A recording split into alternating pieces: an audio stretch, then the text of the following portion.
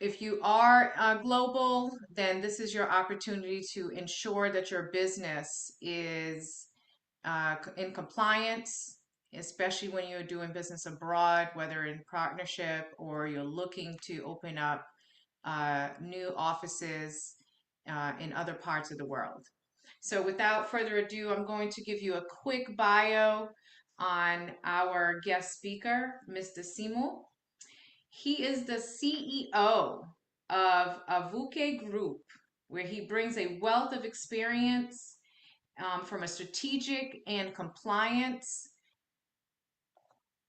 management, legal and risk management background. With a strong desire to merge his expertise with the commercial realm, he's embarked on his career journey over 2 decades ago in various leadership roles in compliance and legal, as well as risk management. He is an avid business leader that loves to focus on projects that drive positive change to economies and people. No other industry does that than the people industry. Moreover, he has always had the renaissance of Africa in commerce at the forefront of his long-term personal and professional target. He thus has embarked on initiatives like Silulo Foundation, a foundation and initiative focusing on building small and micro enterprises, in particular in the townships of Western Cape. Simu is also an investor in tech and human capital business, Digital Futures Limited, a company focusing on creative employment opportunities for young people in the UK from disadvantaged and minorities, as well Elise Partners Group Limited, a Swiss and European tech company specializing in tech and life sciences. In Europe, as well as majority owner and executive chairman of New Vision Film Studios in Africa. And New Vision Films, a film service company, the former being the largest physical film studio company in Africa, located in South Africa, Somerset West in the Western Cape. Throughout his tenure in the human capital and tech sector, he has identified a growing need for increased efficiency and strategic compliance within the sector as regulations continue to evolve.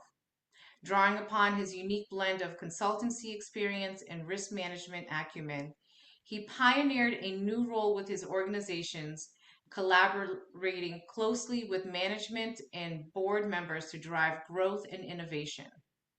He is also a board member and non-executive director of private equity firms in Europe and in technology and human capital consulting sector. He is also a dedicated husband, a father of 2 daughters, an adopted parent of 3 dogs and a cat, and 2 dwarf bunnies, as well as a temporary caretaker of a troop of visiting baboons in Constantia, I hope I said it, Constantia, Cape as well. Mr. Seymour, please introduce yourself and tell us more about what you do. I'm sure you're going to have some valuable information to share with us. Thank you for joining.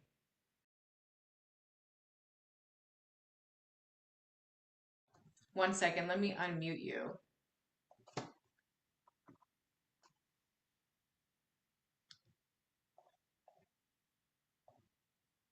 Are you able to unmute yourself? Okay. There you go. Thank you. Can everybody hear me? Okay, brilliant. Well, first of all, thank you so much, Jennifer, for the intro. I think you embellished it a little bit, but I might be responsible. Also, thank you, Ricardo, for allowing me the opportunity to talk to yourselves.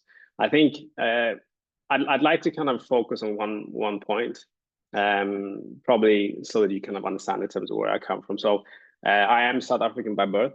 I had the pleasure and the challenge of having grown up in Sweden, very cold country, and ultimately being benefited by the fact that it becomes established and get an education and understanding in terms of from a European perspective. But I think a lingering feeling throughout my youth was to at some point in time to drive positive change in South Africa. And when we embarked on the book as an management consultancy, for a lot of time it was from a UK to South Africa perspective. So I'm proud to say that I'm actually now in between, predominantly in South Africa, and driving positive change, which is one of the key heart for us. But also focusing on trying changing the narrative. And more importantly, I'm a people person, and always try to work with people and businesses that drive supporting people. I think that's how we drive positive change. So I think that's something that you'll see resonate in terms of what I've done, and ultimately the way in which I continue to work. I'm passionate about global expansion and building bridges. So therefore, for me, the opportunity to talk to yourselves and share a little bit in terms of some of the key learns, some of the challenges, is something I'm keen to do. Only so much as to continue to talk to the point about, we are a global community, and as people we deserve the opportunity to relate and link to each other. And then I guess the final point that I will say is, my experience has allowed me to also to learn, and also to see challenges, and to work with people and businesses at an intricate level. We take pride in the fact that we don't work on businesses. A lot of high street law firms, and I have to admit I am one myself. Please don't judge me. But from my perspective, we tend to work in the business. Everything that we do is work with management and help them navigate through change, whether it is growth in terms of internationally or models, and also whether it is from an acquisition perspective or merger and acquisition perspective. So that kind of is the core. I've recently just wanted to close this off, is one of the things for me, having been a child of diaspora and understanding my history and my culture, but also what South Africa is going through at the moment, which is a high level of inequality. Had the pleasure of also realizing the link with Atlanta, which is of course where I was recently, and that's just resonated very well. And having an opportunity to meet other fellows and also other Africans as well in that location, and seeing that. So I'm super excited about that, and I hope I'm not excluding certain people in terms of from that perspective. But for me, if you wanted to ask me and you cut me in half, you'd see international and people as a focal point.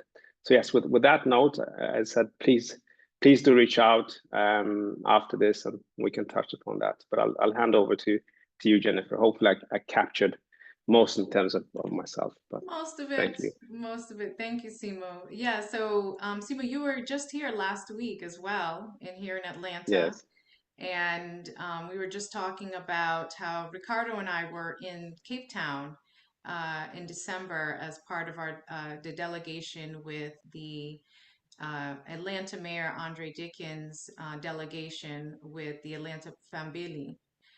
So we had the honor of visiting your studio, which is yes, the largest in Africa as well. Um, but you have footprint in other parts of the world, that's and correct. you do a lot of That work in assisting businesses establishing themselves and making sure that they are in compliance. Tell us about that. What is that like when a business is looking to expand abroad and looking to make sure that they are meeting those regulatory legal requirements within a new uh, area, a company, a government? What does that look like, and what does it entail?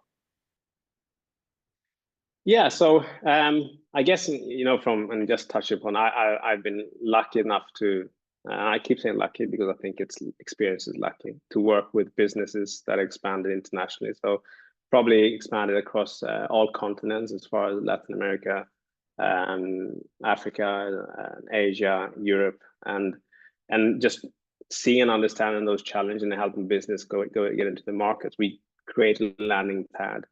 I think that the studio is something that I tend to not talk too much about because I'm fortunate with a great management team.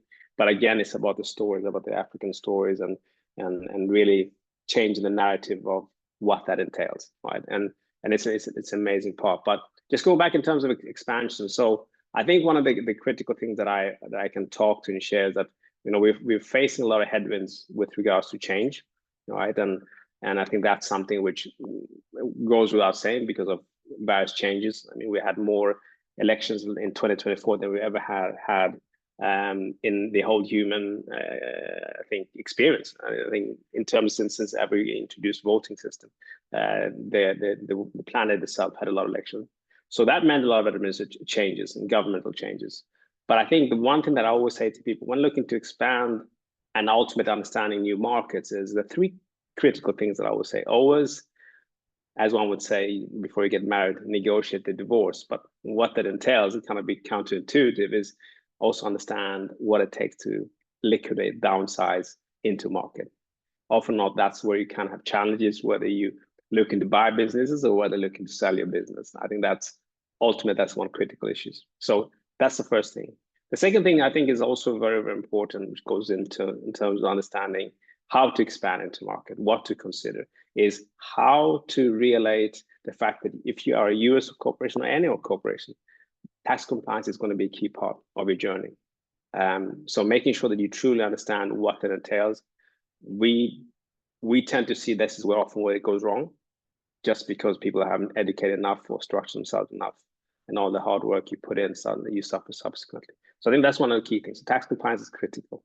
And the final point is, I said, like, think about feasibility studies. A lot of companies offer them, the big firms who, our competition, and sometimes provide feasibility studies. It tends to be very specific on either regulation or might be specific on accounting practices.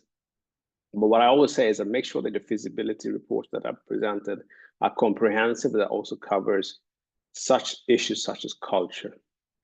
Understand issues which are critical as well, which is kind of what is the landscape that you go into. So it goes beyond just law and beyond just the finance, but goes into in terms of what actually the idiosyncrasies, what makes that country and the drivers. So I think that's hugely important. But culture is always embedded, not just in the way people act, it's also embedded in the regulation, in tax, in structure, in job creation. Again, I always stress how important it is to understand that and have a view on that, if that makes sense.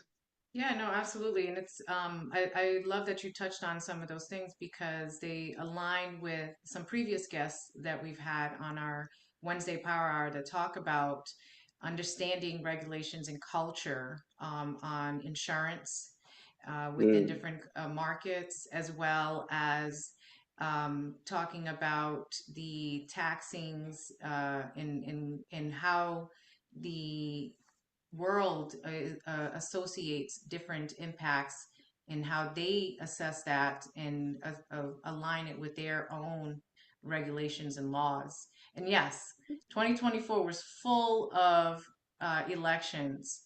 Now tell us with that, with these different geopolitical impacts, what does that look like for a business? What do you see coming up in different parts of the world that we should consider when we're looking at expanding into different regions?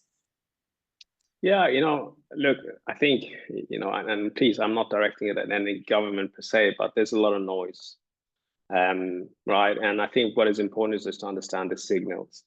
The noise is what I said to, like, you hear about tariffs and protectionism, etc.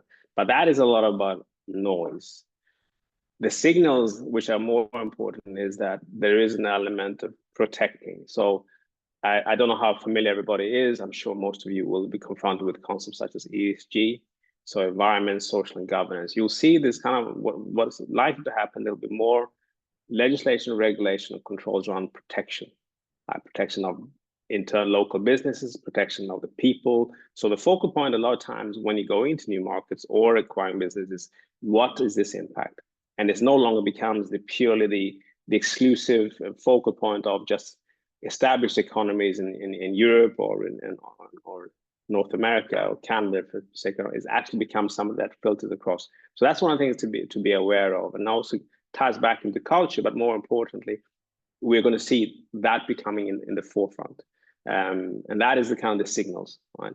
The other point is, which I always say is, board governance often not is just one thing to do. I'm not, and again, please excuse my ignorance here, the type of businesses and what size, etc. But it doesn't become something which is confined to just established businesses and but also small medium enterprises. And we work with small enterprises, and we realize often not they are not geared properly to handle such things purely because they don't understand that. And again, the final thing is I would say is you have to be wary of issues that will come out a lot about protecting jobs. So there'll be elements of that becoming even more critical point, and then dealing with an aging population in a lot of jurisdictions, far from I think some of the big established ones, and you even will see it in Africa. So I think those are kind of for me the key critical things to think about. So ESG is going to be a common element in some shape or form. There's going to be a greater emphasis on kind of board governance, and you want, when you're looking to buy a business, understand that you put that in the forefront of when it's hidden. And then the final point that I think is just beware of job creation. When looking at investment opportunity, there will be that question: what is it? How does it generate job creation?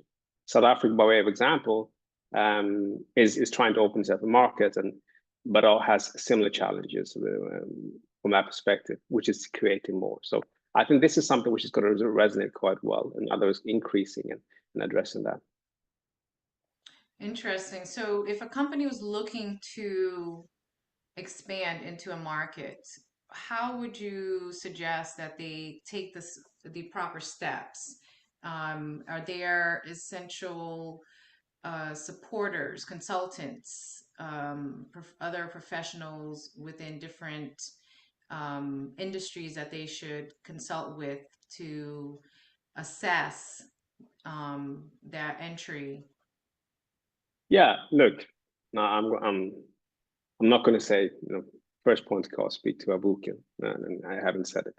But I think what I would say is having the right partners or partner is an obvious one.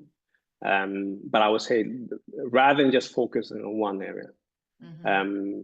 And in other words, I'll give you an example. A lot of companies when they go in, they think about right, so we need to have accounting, payroll. How do we transfer funds into the business? How do we repatriate funds to the business? And you kind of go around those particular issues. But often what I say is that you have to have also a strong representative in country, which goes beyond that. So a law firm that does the day-to-day, yes, that helps, and obviously filing issues with accountants, but also just understanding who is it that is connecting you.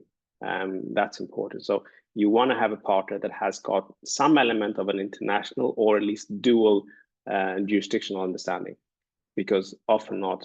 Like we have operations in Brazil. In Brazil, by way of example, even though it's decided at some point in time to be part of the OECD, does not adhere to OECD guidelines, has its own specific rules, and it's often not very difficult to repatriate funds if you don't understand the nuances around that.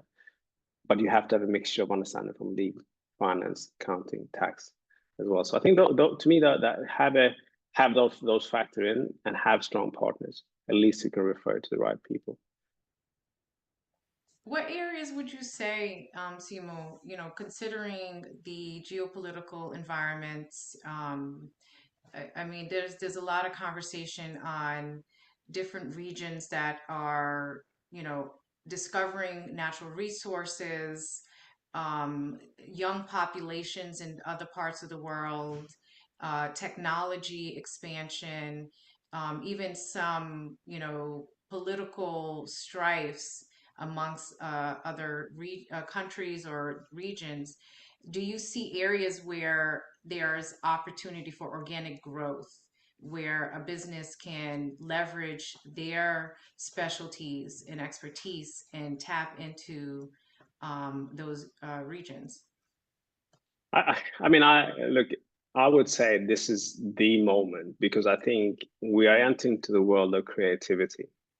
And I think it's actually for a lot of industry sectors, it's much more suddenly you find that there are two things. Technology often not becomes perceived as an inhibitor, but we're finding ourselves in a position where suddenly it's allowing to level the playing field, right? And a lot of it's kind of we obviously see when we talk about AI, suddenly you go from it's been exclusive to players, now there are more and very competitive. Same thing, most technology. And you're seeing a lot of countries who are introducing and driving that. India in the forefront, and Kenya is driving that a lot, and Ghana as well, and South Africa's kind of hub as well in terms of technology. So now the playing fields have been leveled. So I think that in itself allows for some opportunities, so to speak. The other side of it is there's now a drive for more wider alliances. There's a lot of noise, as everybody's aware. Obviously, the position from the current U.S. administration in terms of all USAIDs and those reductions are real issues. They are real issues that is a concern, and ultimately, a lot of governments are therefore find themselves in a difficult position in a lot of emerging economies. And of course, we have a lot of conflict. But once again, I think what that means is that there's more codependency and much more diversified codependency and rethinking about alliances. So it is the right time, because now we're at a time of creativity and opportunity to think outside the box and therefore create it. So I think it's a fantastic time from that perspective. And I think ultimately, if you take even all across sectors, certain sectors have become saturated. Others are now finding that actually, if they do the right things, and they're going to drive that, whether that is through partnerships, whether it's through regulation, whether that is through opening up to wider markets and giving access for a direct investment, because now the lost is one resource. I think this is a great time. But of course, you have to navigate around that. So I'm sorry. I'm hoping I'm answering the question, but from my perspective, across all industries, I think this is a great time. So if a company was looking to assess, where do they want to consider that would make sense, if they were to come to one of your services, how would that process look like? Yeah, it's a good question. We do a lot of feasibility across them. So, of course, a lot of it is in tech, and I talk a lot about human capital space, but also we do work with financial services businesses, insurance businesses. We also work with some manufacturing businesses, and ultimately, what we tend to do, we provide them a kind of an on-suite feasibility report, feasibility assessment. I want to call it that. But we do it in a collaborative function by first understanding where they are, what they're looking for, and then we work our way backwards. So that's one of the things. And again, I'm happy to speak to anybody. I get involved. I'm very hands-on, and I'm very passionate about this. So I take an avid interest. So please feel free to reach out to me on that point. But we look at that as a starting point. Then the next thing we do is create and facilitate. So we have call it a Compass, but imagine a subscription which allows you to cover any queries from contract legal issues. We do that in a very low cost model, and so in other words, as a concierge support service. And then we have a network. So we have a network of partners, and we always refer. We're not the end all and be all of everything. We're not going to suggest that, but we believe in relationships and networks. So we allow our partners and our networks to benefit from that. And that's often also how I got connected to Ricardo and yourself, right? So something which is critical. All right. So there's much work to do, and I'm assuming that takes time. It's not I want to open up an office in Cape Town or Brazil, and I'm just going to go in and look at it. Doing the feasibility, in assessing that your particular business. What is a timeline? What realistic expectations should a business have in regards to the preparation of um, pinning their business in a new region and market? Yeah, the way I say, we start off with the business, so we kind of turn things around. So our focal point is, first of all, where is the business? Where does it want to go? What are the pivots and the opportunities? And then we break that down in terms of looking, okay, so these are the kind of the challenges, and these are the opportunities that allows that. So we start off from the business, and then we build out in terms of the opportunities. In terms of timing, it varies the reviews and reports we do fairly promptly because we got a lot of data. We have our knowledge base and network that we built upon. But insofar as opening up, I can't give you because it depends on which jurisdiction. But as a general rule, as I said to you before, it's not, I mean, even more so, it doesn't take too long to set up a company per se, but it depends what activities. Certain sectors are very, very regulated. And therefore, especially if it's a certain protected industry, there will be certain controls and regulations which can draw out a little bit. I mean, we found, for instance, one company wanted to use, and let's talk about Elon Musk in terms of Starlink. That in certain jurisdictions, because what entailed in telecommunication, but as well in terms of internet provided, because that was a very hefty process in sub-Saharan Africa in particular, for example. But in other jurisdictions, it's widely accepted. You become a licensed operator. So again, it depends on what sector. But we would look to outline that, and we literally line out some of the timing issues that there are. But it depends on what I would always say. Always depend on the industry sector, as a general rule. But setting up a company is fairly straightforward. It's fairly consistent. Okay. And what about Europe? Like I know you said you grew up in Switzerland, correct? Sweden. Sweden, sorry. Yes, yeah, it's often confused but I grew up in Sweden. I spent 20 years in the UK. In my various roles, I was always responsible for compliance and legal, and in particular international operations. So I ended up spending a lot of time in Europe and as such. What I can say is that specifically the UK, since Brexit is finding itself in a predicament, and what happens, you have inertia of like what I call paralysis through analysis, which it doesn't know. It still hasn't unrolled and unpicked the Brexit and some separation from Europe. Well, the rest of Europe right now at the moment is really in the protection mode, and you're going to see much more about that. But actually, the regulation now is more. There's more regulation, but the regulation is to make it easier, right? And often people say, but why there's this continuous introduction of regulations? The regulations are introduced, but they're to make it easier from a European perspective. So if you understand that, it's actually an opportunity. And it's the same thing, like the rest of the world. It's finding itself a moment of crisis. So therefore, it's creativity.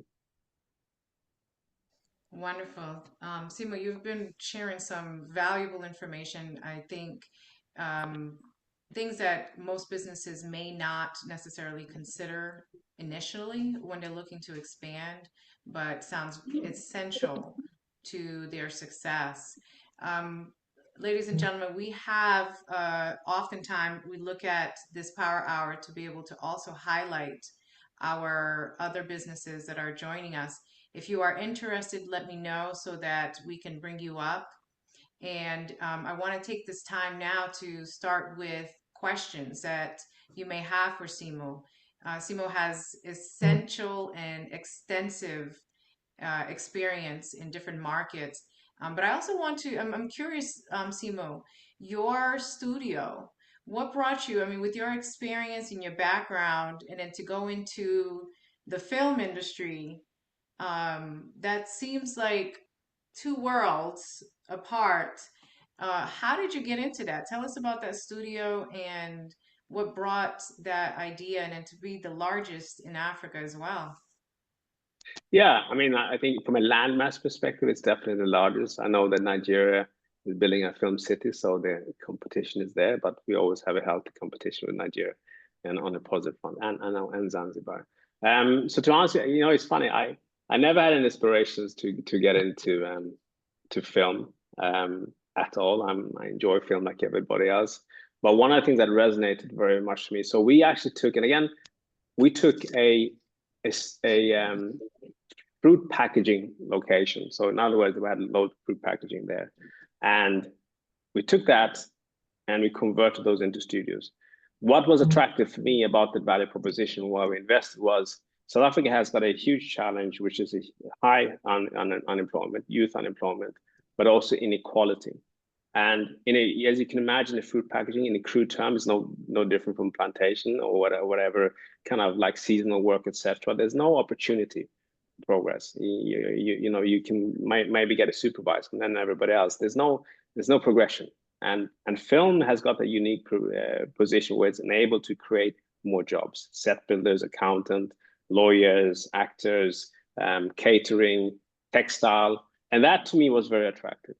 I always had the view that if I was going to involve in something, I had to create more and bring in people to get access to work, development, and young people. South Africa has got about 60% unemployment by youth. If you take this from a disadvantaged community, you're looking at 80%. And I want to drive that change. So for me, that was the main driver. And again, it's about taking a value proposition and shifting it to something else, which I always find very attractive. So that was the main instigator from my perspective, There's and a a little lot bit of of work madness. coming out of Africa. A lot of film, some major studios are there. And then, of course, Africa has one of the youngest population in the world, which I Yes, think is a huge opportunity for any business to be able to tap into, both for the workforce as well as opportunities in growth within different industries. Um, what does that look yeah, like in regards to your film studio, and what impacts have you been able to make with the youth and the creatives? I mean, creatives are what makes life worth living. yeah. And the final thing that I wanted to mention is that often, not when people think about Africa in general, not just South Africa, the narrative around that is just political strife, poverty, Mhm. violence, crime, gender-based violence, all these negativity things. And that narrative is not necessarily true entirely. I made a decision to move back to South Africa because once again, I was going to challenge those. So sorry, but just going back to that, it's a phenomenal time at the moment.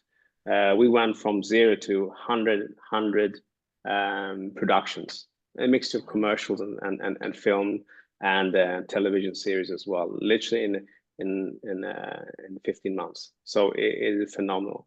We had, and again, people surprised by that, but actually, South Africa and the rest of it, and Nigeria, and Kenya, all have great crews, have got a lot of talent, which a lot of people don't know, and that's a big issue for the US and for the UK as well, which are the big players. Just South Africa itself has been determined as 11% of the actual film producers in the US want to film in South Africa. 11%. There's only two studios, main studios, ourselves and Cape Town Film Studios, are kind of significant ones as such. So that's just a great story, but it's also a great story for the continent. So I think it's amazing the traction, as you said. We've got an interesting project happening right now. So for some of you who know about Children of Blood and Bone is one thing that we're working on right now. So very, very positive about it. But I think again, creativity, opportunity, and AI is always going to challenge things. But again, it just means level of playing field and more. And I know my daughters have got uh, three different applications and phones and iPads, and they're always watching something. So I think that's a positive front. Yeah, and Africa has always influenced so many different films. It's great to hear that the story of Africa is able to be told by Africans in Africa. Um, the film industry is really interesting because it has an opportunity for different businesses, different business industries to be able to support the film industry. And Mm. I think oftentimes we lose sight of that because we think of movies and if I don't know how to make a movie, if I'm not an actor, an artist, a makeup artist, or a videographer, then there is no need for my services or my products. Do you have any insights in regards to the different industries that can support the film industry and how they can get into it, tap into it, or maybe even look at coming to Cape Town to be able to support the growing industry? Because if there's 11% of films looking at South Africa and only two major studios, one of which is yours, then it looks like there's going to be a huge demand of additional support and services that that can be tapped into. Oh, I think somebody needs to mute themselves. Yes, sorry, I lost the train of thought there, but I think to answer your question, I mean, Canada recently ran a report and they said for every dollar that was spent, $8 were created. Just give an example. When you have a film production that happens, you can get 1,000 people on the production. We've seen that fairly recent. That was one of the projects, and it is really amazing. It has its ups and downs like anything else because it's project based, right? But I think what makes it so exciting is because it does really generate to the economy, and hence why historical reasons as well. If you think about it, LA and Hollywood and how that has driven in terms of the economy as a whole, it's the same thing there. And now there's a huge appetite going back into that because it's part of the creative arts, and people are dying for that in these times. But to answer your question, if you think about, so when we get the textile, we get the set billers, we get the as I mentioned to you, catering. You have the professional, the services. We have a film, so our ownership sits between the so-called film services, which is called below the line. Effectively, everything that apart from the actors and the directors fits within our, let's call it, our revenue stream and our business, right? Because when we have actors, they just send the actors over to film, and then everything else they need to take care of. So payroll, structuring, offices, security, catering, as I mentioned, hospitality, and that's one of the things that we also extend to. And what that means as well is just in the community. If you imagine that, we had My Spy too, and Bautista, we obviously he was spent a number of times at some restaurants, etc. But what that generated was foreign direct investment and spending into the restaurants, into the hotels. Again, that accelerated is amazing. But what that also is, people leave and they go, hey, this is amazing. Let's do more. So then that lifts up the narrative and the story and the value proposition of Cape Town and South Africa, which obviously recently Cape Town was noted, I think, by 2 different newspapers as the top destination.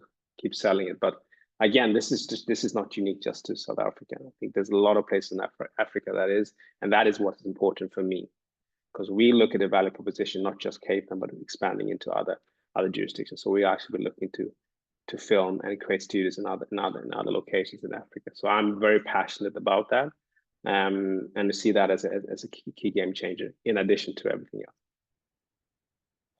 Wonderful. So I'm going to give some opportunity for some questions, and also I'm looking to highlight a couple of our members. If you have a question, I think Vivian, you seem to have a question. If you can just come on up and ask Mr. Simo your question. Good afternoon, everyone, and a special thank you to Mr. Simo. I'm Vivian Shibori from VIP Cosmetics Laboratories.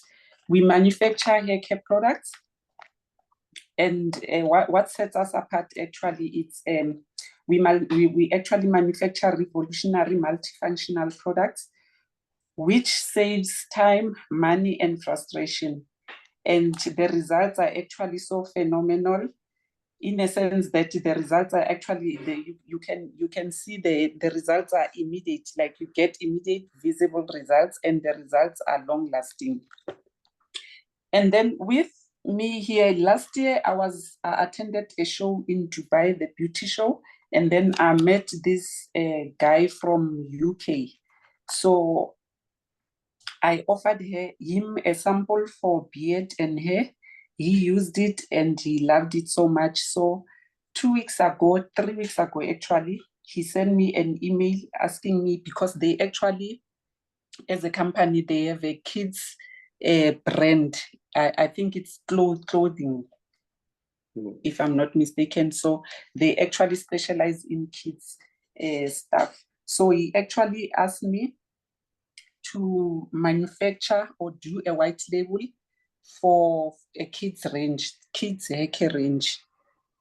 And then so last week we had a meeting with his team, and then this week, yesterday actually, he also sent me a letter again and the email again, and then the email he actually had some few questions, and the company is actually from UK in London, and then the questions actually, one of the questions that he asked was the ingredients of the products that I'll be using, the regulations, approval in UK, US, and yeah, I don't have anything when it comes to that. And then he also asked if you were to help me promote our brand in UK and US, what branding and marketing support will I be able to offer? So yeah, I actually would love to, from you, Simo, if you are able to help us maybe with the regulations actually for US and UK. And yeah, the branding part, I'm not sure exactly what is it that he's referring to, but I guess he's talking about flyers and yeah, some other marketing material. So when it comes to regulations, how can you be of assistance to us? Yeah, I mean, I think, you know, the beauty of what we do is it's industry agnostic. And I mean that sincerely, because it's easy to be said, but ultimately regulation, legislation, bylaws, they all come in written format. They have an ethos. We have a team that look at it in great detail. We have experience with some regulation in the US and the UK, and heavily regulated industries, so we can talk to that. And the way we would tend to do is we kind of give you a view. This is kind of the challenge, risk profile, and the opportunity as well for yourself, and what that means and what that entails, to allow you to make an informed decision whether to go or where to partner or where to bring in. Because sometimes it might be easier to partner as opposed to necessarily take the whole burden yourself. And those are things we tend to look at. So I mean, that's something that we do provide support on, as I mentioned earlier. I think that the one thing that I'll say to you, and I mean, it sounds like a fantastic value proposition, but whenever somebody talks about white label, I also want to see what is in the what's in the let's call it the fine print, right? Because it's your product. What's the protection that you have in place of that from an IP perspective, just to make sure that it isn't a situation where it's something in some shape or form you get diluted. And I don't mean diluted in terms of equity, but diluted in terms of your value proposition. Somebody takes that. It happens. We live in those times. So I'll pose a little bit of a question on that. Yeah, and happy to have like I said, an hour, 2 hours free consultation just to talk. Just let's have a chat, and then to help you. So more than happy to do that. Oh, okay, thank you. That will be highly appreciated. Thank you. Congratulations, Vivian. That's awesome. Congratulations. Thank you. Wonderful. Thank you. This is the things that we'd like to hear. And you know, when you're part of the GOC, you have an opportunity to be able to make some amazing connections, exposure, collaborations, and these are the stories that we like to hear. And this also contributes to our goal of $100 billion in transactions globally amongst Black businesses around the world. So please make sure to continue to share with us, Vivian, how everything is going. And Simo, I think it is very, very kind of you, and to be able to provide Vivian with some consulting, you know, with that much time, because that's a lot of valuable information and guidance that you'd be able to support. And Vivian, please make sure to share with us how things are progressing. And I do agree with Simo in regards to protecting the value of your IP and product, and making sure that you know, you continue to grow and not let others grow upon your back while you carry the weight, right? Yeah. Thank you. Yes, I'm sorry, Simi, you were saying? No, I just want to thank you for the opportunity to talk to you. I'm ashamed to say, and which is one of the things I said to Ricardo. My client base is not very diverse, and that doesn't behove to who I am and what I stand for. So the opportunity to work with yourself and this group is of tremendous importance. So I when I say this, and I mean this deeply, which is 2 hours is an investment for me to be able to fulfill my purpose. So thank you for that. Thank you. I have Barbara from Zimbabwe, one of my wonderful friends and one of our GOC leaders. Barbara, did you have some questions that you had for Simo? Yes, yes. Thank you so much, Jennifer. So nice to see everybody on the call. Hi, Simo. Yes, I am from Zimbabwe. I'm your neighbor. But I'm based here in the US. So my question is, I'm loving everything that you've mentioned in terms of internationality and how you talk about Africa, not only just South Africa, but all you're talking about all these different places, right? And the understanding of cultural aspects that are embedded in everything, right? That is as a business person. So I guess I don't want to be political, but this is an opportunity that I see for a lot of our Black businesses here in the US to really be exploring and not allow fear, to kind of like I guess to cripple them not to get into the businesses in Africa because of narratives that you already mentioned, right? I would like for you to speak more to that, those opportunities that are there, especially for our Black businesses, because there's a lot of fear sometimes, there's a lot of getting into our heads and not see how much there is on the continent, right?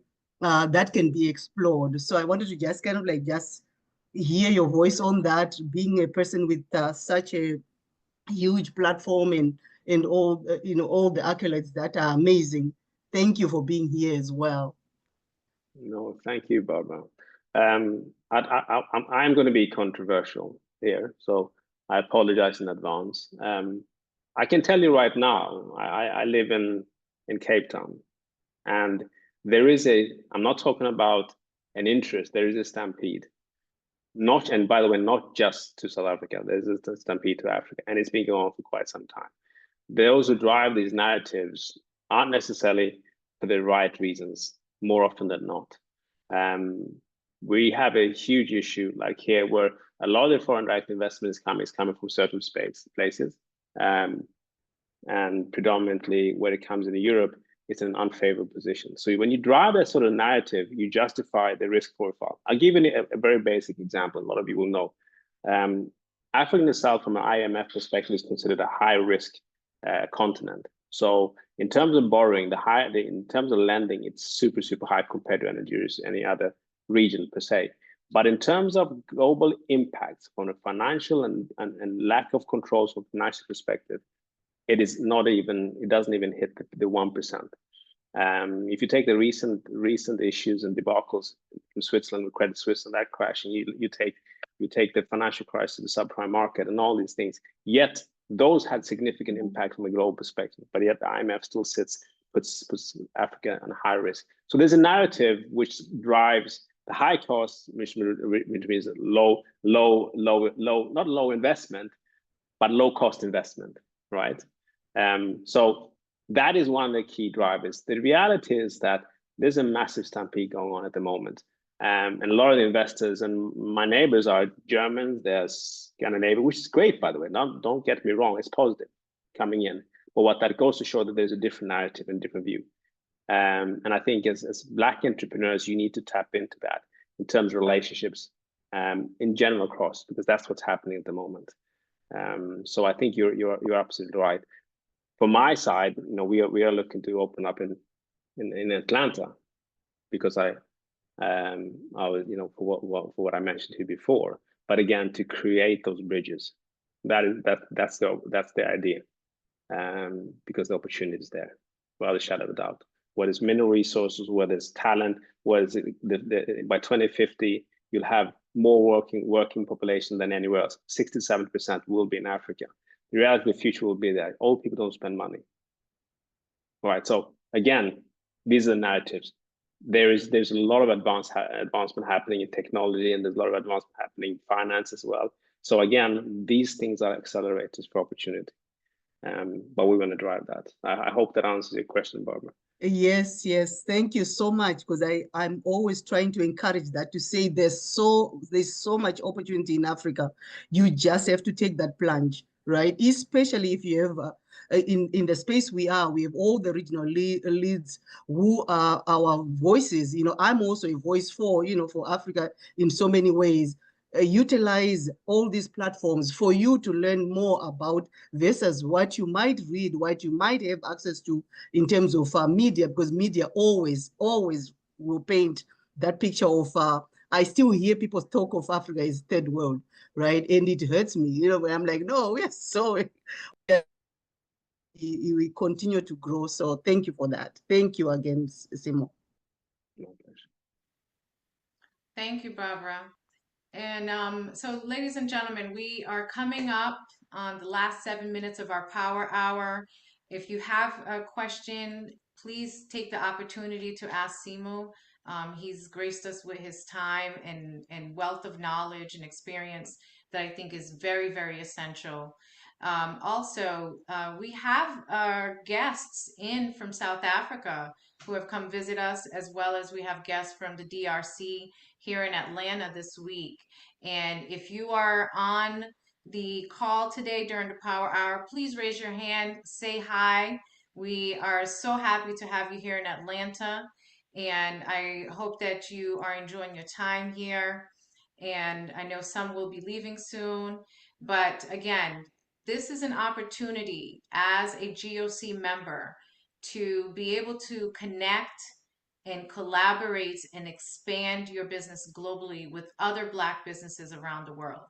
We have members from over 50 different countries, and we have those who are looking to do business here in the US, those who are looking to do businesses abroad in other countries. We are looking for investors, we are looking for business partners, we are looking for manufacturers, we are looking for services. There's a plethora of opportunity in doing business. And sometimes you may think that your business is not growing because you do not have the clientele, but maybe your client isn't in your backyard. Maybe your client is across the pond. And so we're absolutely happy to have you join us at the GOC. In October, we are planning our Go Global conference. And I implore you to keep an eye on all of the news and information that we will be sharing. And we host also our B2B matchmaking. This is your opportunity to attend a matchmaking session. We host them both virtually and in person in different instances. And this is an opportunity where you can assess your business needs, share that information with the GOC, and we will customize a matchmaking session for you with specific businesses that align with your needs or your wants in order for you to continue to grow and scale your business. At this time, I have about 4 minutes left. Simo, is there anything else that you would like to share in regards to your business, your experience? What can we look out for in regards to continue to expand, collaborate with other businesses from other parts of the world, and how do we continue to grow strategically and intelligently? Yeah, I mean, the one thing that I would say, we talked a lot about expansion, which I'm very passionate about. We do also work a lot with kind of merger and acquisition opportunities and how businesses, even small business, acquire the small businesses, a bolt-on business, etc. I've got a lot of experience in that. My team has got as well. And I think often this can be a pivot and an ease to get into without having the heavy burden. So happy to talk to that. And I think you've got a fantastic platform to talk to and get visibility of that and use that network to see who is, who isn't. It might not be the same industry sector, might be a different sector, but those are also opportunities, the opportunity to collaborate, building structure, joint ventures. We do a lot of those things, and often we see fantastic journeys of that. But also when I talk to that, is make sure you have the right partners so that you pick up things. And that's something that I would want to mention, and happy to talk to the separate note. As I mentioned to you, I advise some private equity firms, and a lot of times they do a lot of acquisitions. Some other businesses do that. So I've seen a lot of things that go very well, but also things that don't go so well, and where the mistakes happen in this journey. So again, happy to talk to that as well. But I think you have a fantastic platform. I'm super excited about this, and thank you once again for inviting me. This is a milestone for me from a personal level, so I really, really appreciate of that. But that's something I also want to talk to, because I think that is another way of gaining inroads to what is maybe for you or one of you and a market you want to go into, or an opportunity, but you just don't know how. So sometimes this may be a way to address that. And how can people reach you in order to be able to get your consultancy and advice? So, like I said, I have an open door policy. I'm a people person. I live that way, and I believe that. So I'm on LinkedIn. I'm sure maybe with Ricardo and Jennifer, I got my email address. You can reach out to as well. We've got our website. We've got a team. So we're here. And like I said, I mean, all members here, you have a free consultation on our consultation. Depending on how conversations go, we can expand on that. But like I said, I'm here to support this venture. Thank you, Simo. Now, ladies and gentlemen, I don't know if you really understand the value that Simo has extended to everyone here, and especially as a GOC member. Just joining the Power Hour, you are able to not only gain some valuable information within this hour, but the amount of information and services to be able to tap into a professional with years of experience in multiple industries, with compliance and regulations and legal knowledge and resources to be able to grow your business. If you're looking to scale and go global, this is something that I would implore you to seriously consider and tap into. If large corporate hedge funds, global companies who are from all over the world is reaching out to Simo and his team to be able to get the proper consultations and strategies for them to expand in other markets, you have to take advantage. We have one of our own here that is extending his expertise in order to be able to provide these opportunities for you. Ladies and gentlemen, we are at the end of our hour. This is where we will end our hour of Power Hour, but that does not mean that the power stops here. Continue to collaborate, continue to expand your business, continue to bring knowledge and seek knowledge in order to be able to grow. Let's get to our $100 billion in transactions, and make sure to join us next Wednesday with the Power Hour. We will be visiting the UAE and talking to some of our guests there to learn more about doing business in the UAE and Dubai, and learn more about how we can continue to grow and collaborate. Simo, thank you so much for your time and your knowledge and advice. And ladies and gentlemen, this is the end. Thank you again. Make sure to save the notes in the chat, connect with each other, collaborate, and we will see you next week at our Power Hour. Thank you so much. Thank you, Jennifer. Thank you, Simon.